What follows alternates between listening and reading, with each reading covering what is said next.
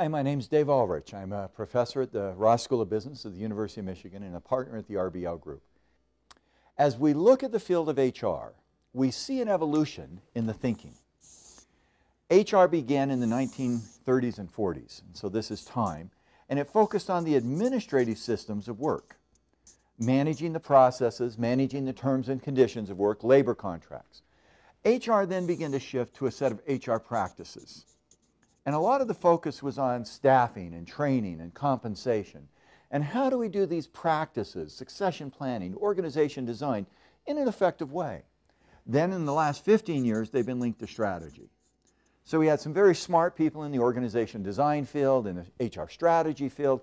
Can I look at strategy and in that mirror begin to create my HR systems? We think the next step in HR is to go outside. Not just to look at strategy as a mirror, but as a window, and to say, let's look outside the company and begin to see how we can do our job better. When we go outside, we go to customers, we go to investors, we go to communities, we go to government agencies, and HR becomes a lever for those external factors. That's the direction, that's the focus that we see HR headed. How do we do HR from the outside in? And that outside-in focus means that we have to begin to understand the administrative work, the practices, the link with strategy, but we then have to connect it to the external factors.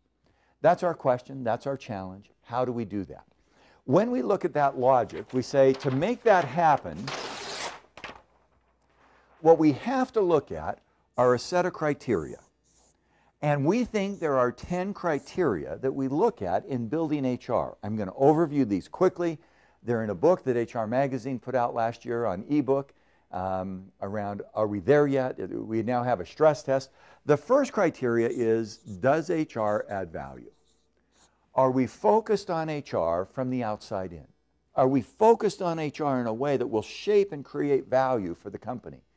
That means we don't look at HR in terms of what we do, but in terms of what we create for other people. The second criteria begins to look at the context in which we work. Linda Grattan and some other wonderful and dear colleagues have looked at the context of work. What's the setting in which we do our work? We like to talk about social, technological, economic, political, environmental, and demographic trends. Those trends should be a part of what we think about. Because if we're going to create value from the outside in, I in HR need to be aware of the context of that work. And Linda's work and our work has begun to define what that context is.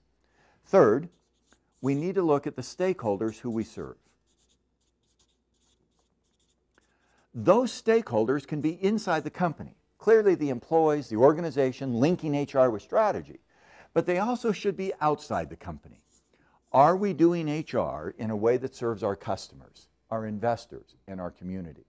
And the stakeholder model of HR forces us to go outside. For example, we've done some work looking at HR through the eyes of the customers.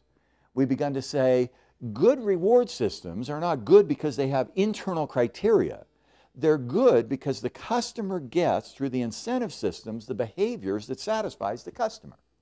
We don't want to just be the employer of choice. We want to be the employer of choice of employees our customers would choose. That outside-in view. We're now doing work with investors. We are now going to a number of investors. We've done interviews, we've done a large survey, we're doing focus groups. What do investors want from the HR world? And we're trying to figure out that investor perspective.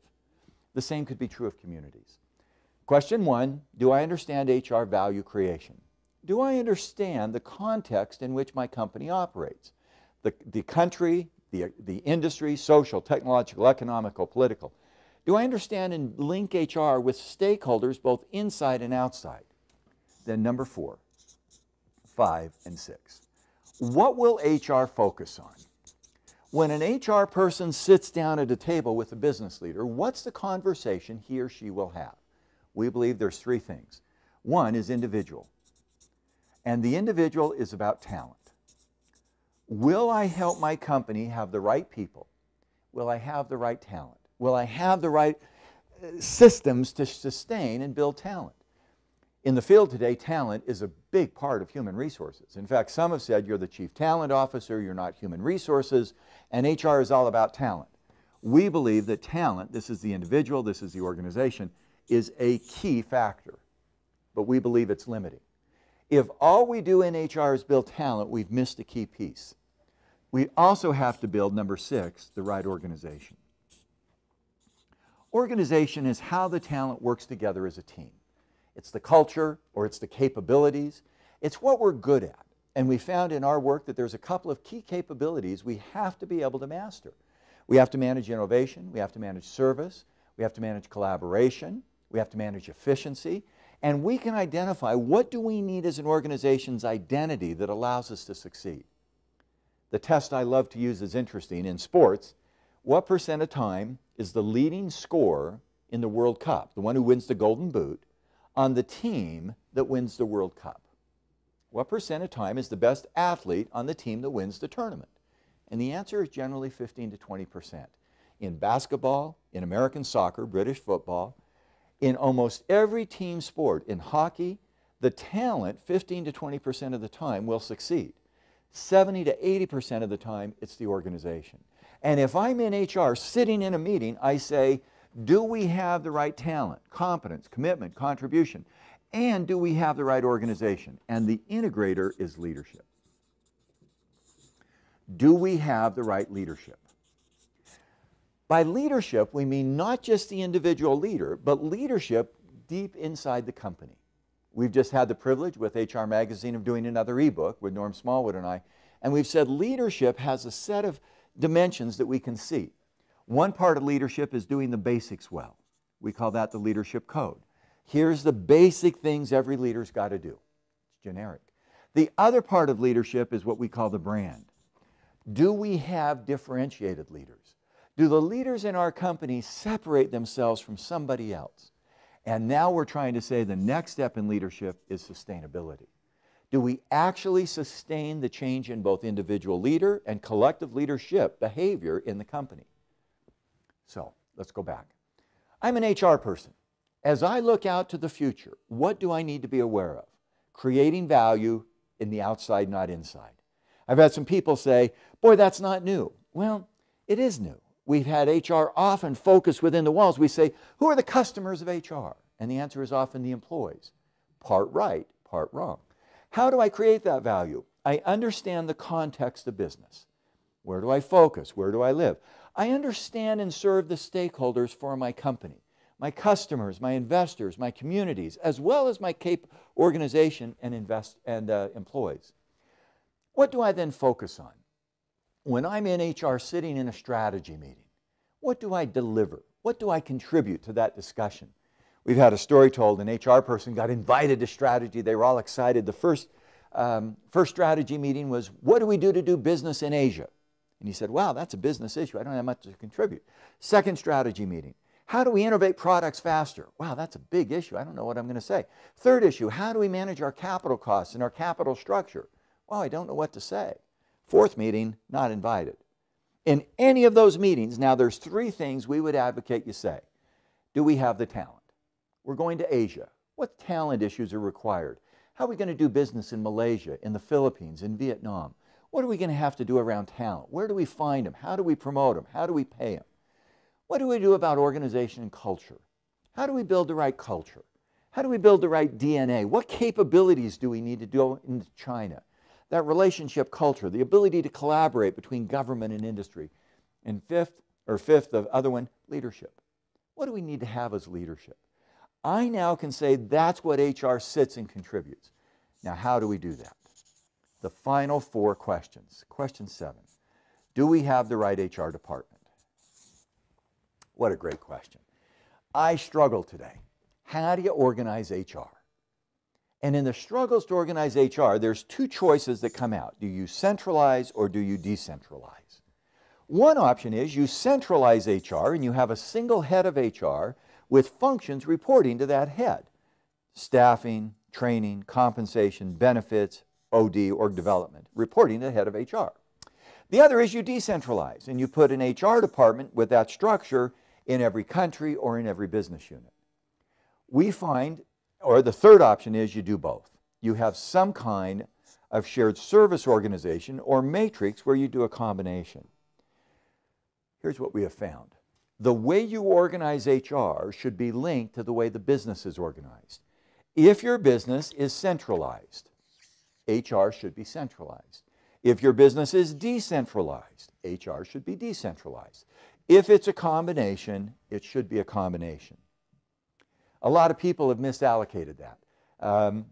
We have found that about 20% of businesses are centralized. Government agencies, single agencies, small companies, single product businesses, they're centralized. They shouldn't have a complicated HR structure. Other businesses, like Virgin, in India, Tata, in the United States, Berkshire Hathaway, they're pure holding companies. That's probably 10%. But somewhere between 65 and 75% of companies have a shared service or a matrix organization. Those are the companies where the HR department finds multiple roles with a common purpose. You there have a center of expertise with great knowledge, the specialist. You have embedded HR people, the generalist, and you have the administrative support. They work together in an integrated way to deliver value.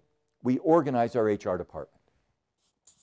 P, we invest in our HR practices.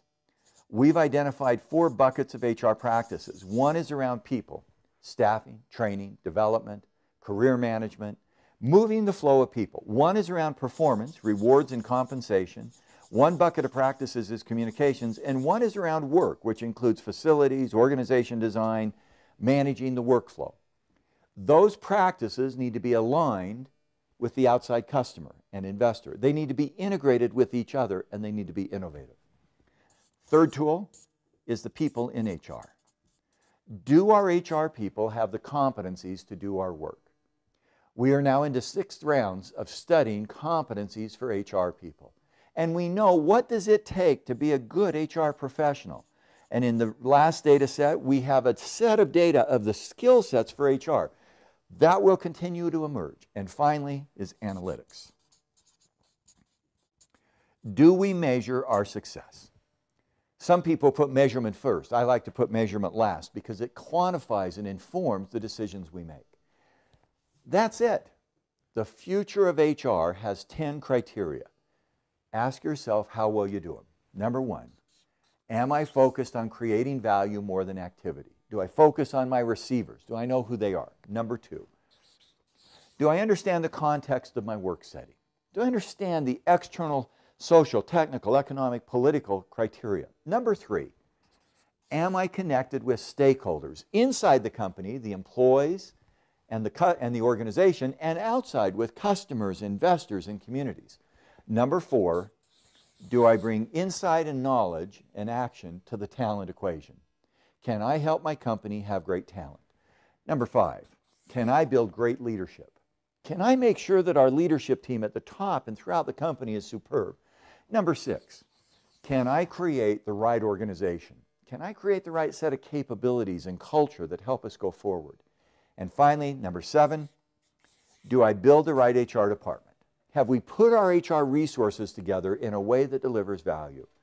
Number 8, have I aligned, integrated, and innovated my HR practices? Org design, one of the key practices, staffing, training, compensation, have I integrated? Number 9, have I invested in my HR people? Are we taking care of ourselves? And number 10, do I have analytics and metrics to track what we do? I've been asking this short clip to give you a view of the future of HR. We've written a paper on this called Are We There Yet? It basically has a stress test. We've now written another paper on leadership, and are we there in the leadership state that we need to be? Because when we do those things, we in HR contribute value to the company. And not only to the employees inside, but to the customers, investors, and communities where we live and work. For the last 25 years, I've had the privilege of being a part of this HR profession. We have grown. We have expanded. 25 years ago, we would have talked about change a practice here or there. We might have talked about change the HR structure. We might have talked about get our HR people better or measure. Now we begin to see the flow of how that fits together so that HR is in fact a true contributor and a partner, if you will, to the success of a business. What a great profession to be in. HR Magazine, professionals in Europe and London, in the United States, Latin America, Asia, Australia, around the world, in the UAE, have been so helpful at teaching us how we build HR to deliver value. If you would like more information, we have a website, www.rbl.net.